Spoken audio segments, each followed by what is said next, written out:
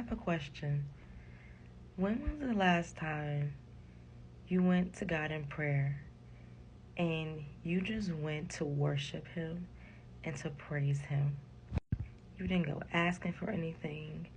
You didn't say, oh God, this is happening in my life and I need you to step in. You just sincerely just went in your prayer closet, in the secret place, just to spend time with God.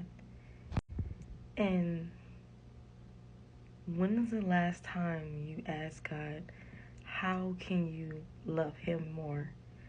What can you do to be a better servant for Him?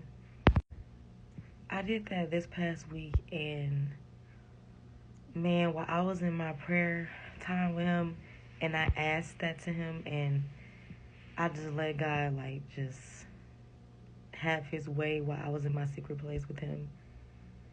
What He came back and told me was just amazing. I am a big crybaby now when it comes to the Lord, so I'm literally sitting there boo-hoo crying. But it was good, though. It was just me loving on God, Him loving on me, and just having that time to just worship Him.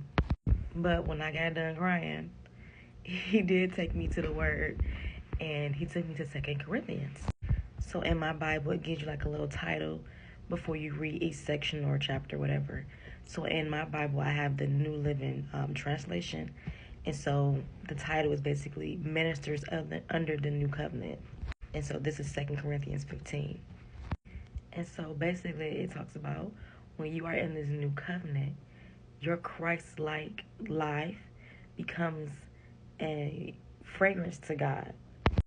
So living your life dedicated and surrendered to God and showing others how to be Christ-like is pleasing to God, and it's a sweet aroma to Him, and it's pleasing to Him. So this was God confirming to me, this is what I need you to do. Continue to live Christ-like. Continue to live for me. And don't be ashamed in any way, because there are going to be people who do not like that you're living this new life, living under this new covenant. And it even goes on to talk about this in this section. It goes on to talk about how those who are perishing, for us, sorry y'all, my camera did something weird. Anyway, for those who are living a Christ-like life, to God, again, we're pleasing to Him. But to those who are not saved, not living for Christ, we smell different to them, or we are perceived different to them.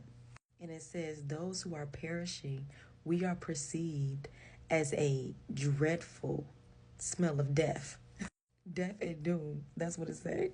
And I thought that was funny because in the Old Testament, the Israelites had to always give up a sacrifice to God and have a burnt offering. And when Jesus died on the cross, we no longer had to do that. So for us to live this Christ-like life and for us to be considered like a dreadful doom to those who are not saved, it's hilarious to me. Because in order to really live for God, you have to die to yourself. You have to die to your old ways. So for us to smell like death to those who are not living a saved life, I'm sorry, I just got so... It tickled me so much. But anyway, to have God come back and just talk to me that way and confirm that in the Word, it just made me feel even better about me asking Him that and just being reassured that I am pleasing to God. But I want to encourage those who haven't asked that question to God. Go ahead and ask. Go ahead and spend some time with God in your secret place and ask Him, how can you be a better servant for Him?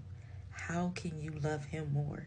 How can you show your faithfulness to Him? Because He's been showing His faithfulness to us. Okay, that's it. That's all. Bye.